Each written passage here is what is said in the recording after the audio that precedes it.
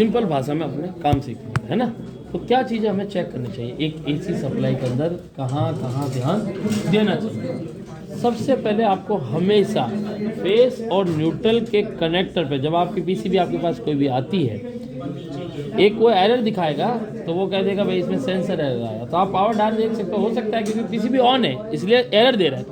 वो बोलते हैं डेड कंडीशन में, तो डेड कंडीशन में कुछ भी रीज़न हो सकता है वो शॉर्टिंग हो, ऐसी शॉर्टिंग हो कि आप लगाओ और आपके एमसीबी ट्रिप मार जाए, है ना।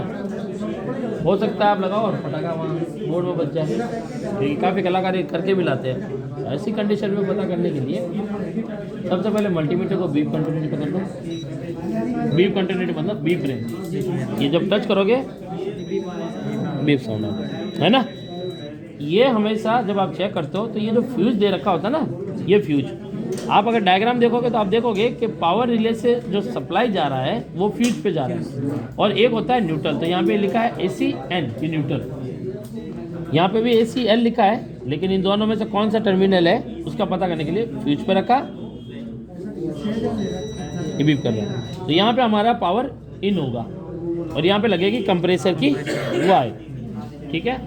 अब यहाँ से सप्लाई फ्यूज में, ये फ्यूज से पास होती है आगे जाती है। तो आगे जब जाती है तो एक लाइन तो हमारा फ्यूज फेस चलता है और एक तरफ चलता है न्यूट्रल। इन दोनों के बीच में कभी बीप साउंड नहीं आना चाहिए, नहीं तो फटाका बजेगा। तो आप जब एक फ्यूज पे रख लीजिए, एक न्यूट्रल पे रख लीजिए, कोई बीप साउंड नहीं आएगी। वैल्यू दिखा सकता है, हाँ वैल्यू 100 से ऊपर होनी चाहिए। और ऐसे अगर ट्रांसफार्मर की वैल्यू देखेंगे तो 300 से ऊपर होनी चाहिए। यूँ हमेशा ट्रांसफार्मर जो वैल्यू होगी वो 300 प्लस मिलेगी। रेजिस्टेंस में गिना तो माइक्रो हेनरी मतलब हेनरी में गिना जाता है, तो हेनरी की वैल्यू चेक करने के लिए LCR मल्टीमीटर आते हैं, महंगे आते हैं। कॉइल को प्रॉपर चेक करने के लिए, यानी आप ट्रांसफार्मर, कॉइल, कोई भी इंडक्टर वाइज जो आप चेक करना चाहे उसके अंदर कितना रेजिस्टेंस है प्रॉपर चेक करने के लिए LCR मल्टीमीटर आते हैं। अब थोड़ा महंगे होते हैं, 3-4 हज़ार से रेंज स्टार्ट होती है, तो हमारे काम में से ज़्यादा आता नहीं है, क्योंकि कॉइल को हम नॉर्मली टच करके देख ले, बीप बच गया तो ठीक है, क्योंकि हमारा ज़्यादा इसमें चेक नहीं होता है। अब यहाँ पे तो ऑलरेडी वैल्यू दिखाता है, तो वैल्यू जब आप चेक करते हो तो जैसे ये रेजिस्टेंस मोड पे आपने कर दिया, ये रेजिस्टेंस मोड पे आ गया।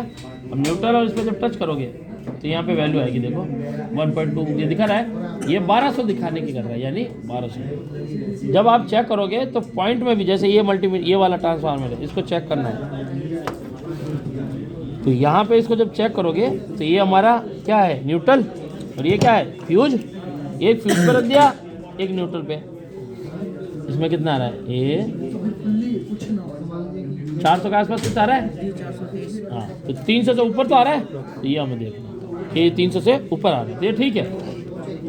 अब यहाँ पे हमने न्यूट्रल फेज को जब चेक कर लिया तो भाई इसमें शॉर्टिंग नहीं है, वैल्यू आ रही है। वैल्यू इसलिए आती है कि ये सप्लाई एक फेज और एक न्यूट्रल दोनों MOV और नॉन पोलराइज है, तो प्रोटेक्शन के लिए यहाँ से दोनों सप्लाई फ्यूज से होती हुई इसकी प्राइमरी कॉइल के अंदर जाती है। प्राइमरी कॉइल कहाँ होती है, ये।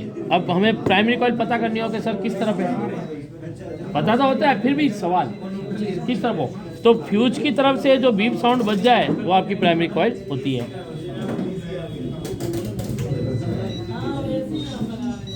बज रहा है, ये प्राइमरी कॉइल का हिस्सा है। इधर बज रहा है, नहीं ना, बजेगा भी नहीं, क्योंकि ये कॉइल आइसोलेटेड होती है, उधर का कॉइल आइसोलेटेड होती है। जब यहाँ से AC वोल्ट इसमें जाती है तो वो फेज से होकर जब न्यूट्रल की तरफ वापस आती है तो उसमें क्या होता है कि एक मैग्नेटिक फील्ड बनता है तेजी से।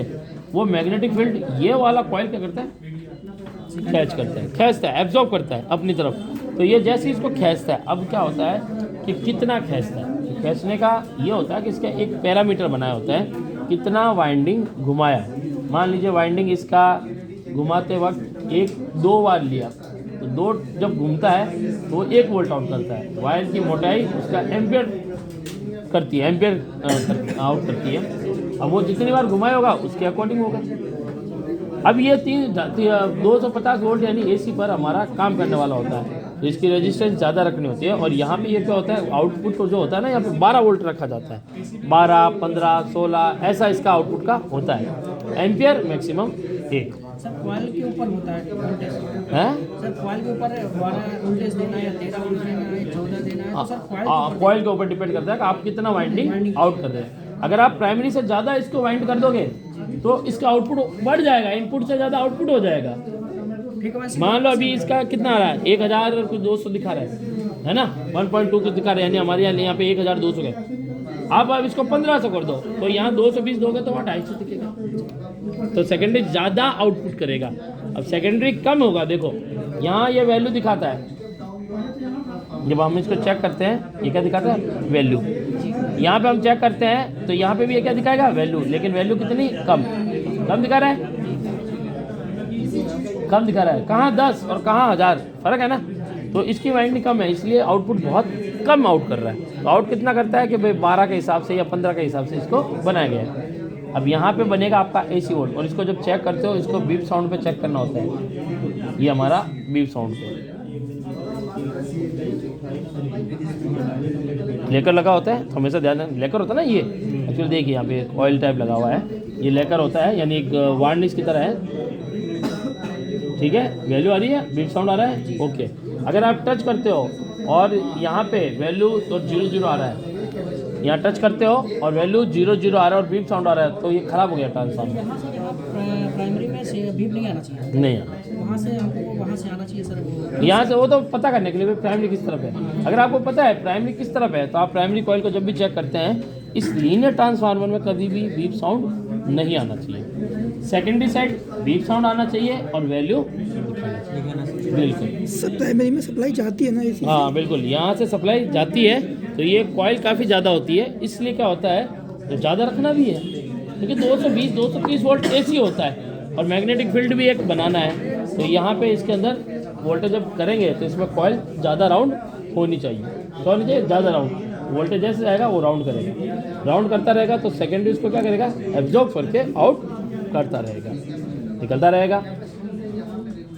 अब यहाँ से हमारा सेकेंडरी आउट हुआ, यहाँ पे AC वोल्ट बनता है। कौन सा बनता है, AC। अगर आप ऑन बोर्ड में यहाँ चेक करोगे तो आपको AC वोल्ट दिखाएगा, DC पे चेक करोगे नहीं दिखाएगा।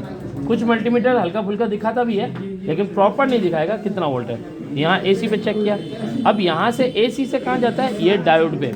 ये डायोड आपको दिख रहा है, इस डायोड पे। अब डायोड आपको चेक करना आता है, कोई आपको नहीं आता तो पूछ लीजिए, आता है डायोड चेक करना, बता दीजिए एक बार। आता है, नहीं आता फिर बताता हूँ। डायोड रेंज पे कर दो मल्टीमीटर को, ठीक है।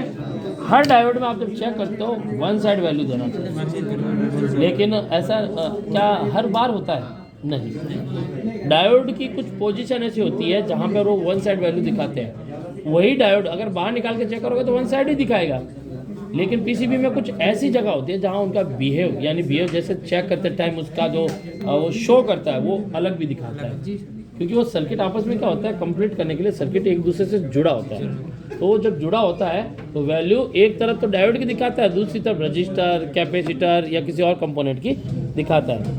तो काफ़ी में एक बार डाउट हो भी जाए उसको बाहर निकाल के चेक करना चाहिए। अब यहाँ पे देखिए डायोड का वैल्यू कितना आ रहा है, 558 है ना। इतना ही वैल्यू चारों का आना चाहिए।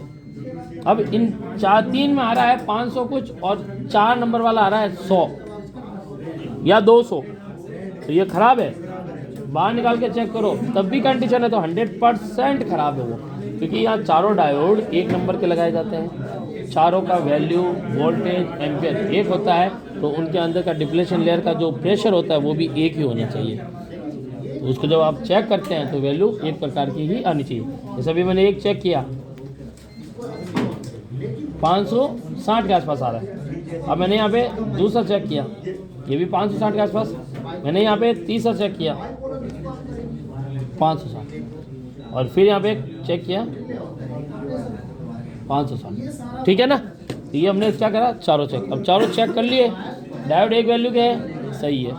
विपरीत में चेक करने पर कोई वैल्यू नहीं देना चाहिए। उसके बाद एक और चीज़, डायोड से जब DC हमारा बन जाएगा वो जाएगा कैपेसिटर के। यहाँ पे ये कैपेसिटर 35 वोल्ट के आसपास का है, 35 वोल्ट 1000 माइक्रोफैराड का है। कभी कभी यहाँ पे 25 वोल्ट 1000 माइक्रोफैराड या 470 भी हो सकता है।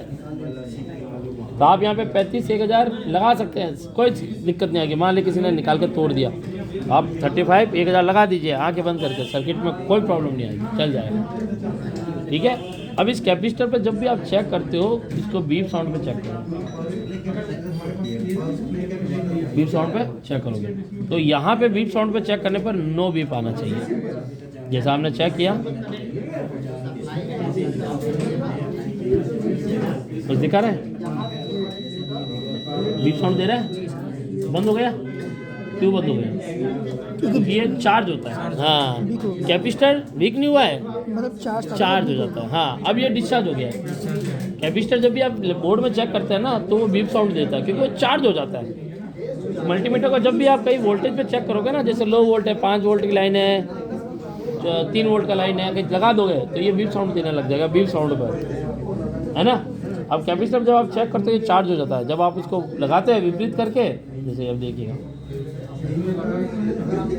ये कुछ भी नहीं दिखा रहा, बीप साउंड दे रहा है। अब देखना, हो गया डिस्चार्ज।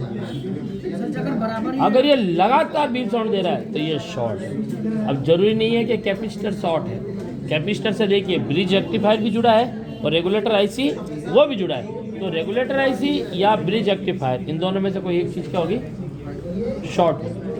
सर जैसे मान लीजिए हमने जैसे चला दिया, हाँ ठीक है, चेक कर लिया, हाँ। उसके बाद जैसे मान लीजिए हमने उससे हटा लिया सीरीज के स्पोर्ट से, हाँ, तो उसके बाद अगर उसकी चेक करें तो कैसे चेक करेंगे उसकी रेटिंग? किसको?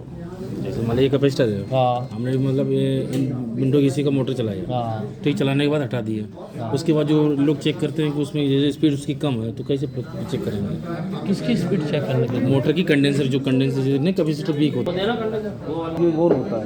कौन सा वाला?